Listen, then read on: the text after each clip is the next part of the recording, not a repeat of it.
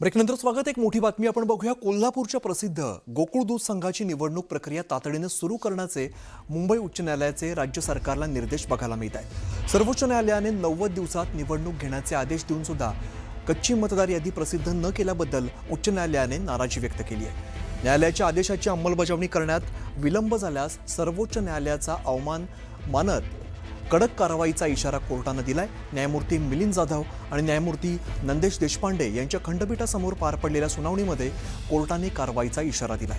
उच्च न्यायालयाच्या तातडीच्या आदेशामुळे गोकुळ दूध संघाच्या राजकीय आणि सहकारी वर्तुळात खळबळ उडाली आहे। माझे सहकारी ज्ञानेश्वर साळोखे सध्या आपल्यासोबत आहेत, त्यांच्याकडे आपण जाऊया। ज्ञानेश्वर, आपण बघतोय गोकुळ संदर्भात महत्त्वाचं निरीक्षण कोर्टाने नोंदवलेलं आहे।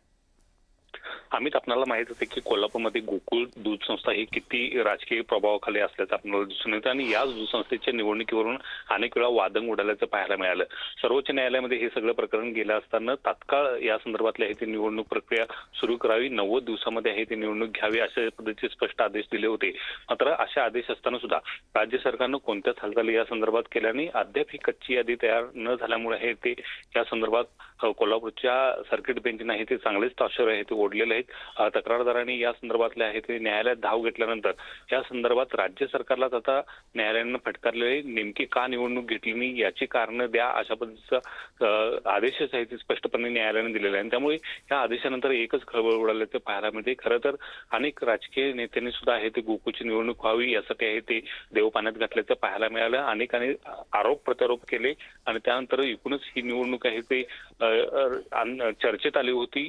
नेमकं याद्या आणि आक्षेप एकमेकांच्यावरती घेतले गेले होते, ठरावाबाबत आक्षेप घेतले होते, सभासद नोंदणीवरून आक्षेप घेतले होते आणि या सगळ्या गर्दीत ही निवडणूक आहे ती लांबणीवर टाकण्याचा प्रयत्न होतो का अशा पद्धतीचा सवाल या निमित्तानं उपस्थित झाला होता। मात्र अखेर न्यायालयानं स्पष्टपणे ही निवडणूक प्रक्रिया सुरू करण्याचे आदेश दिले। त्यामुळे ही निवडणूक प्रक्रिया आता राज्य सरकार कधीपासून सुरू करते हे आता पाहणं महत्त्वाचं असणार आहे। अमित, ज्ञानेश्वर, धन्यवाद या सगळ्या माहितीसाठी।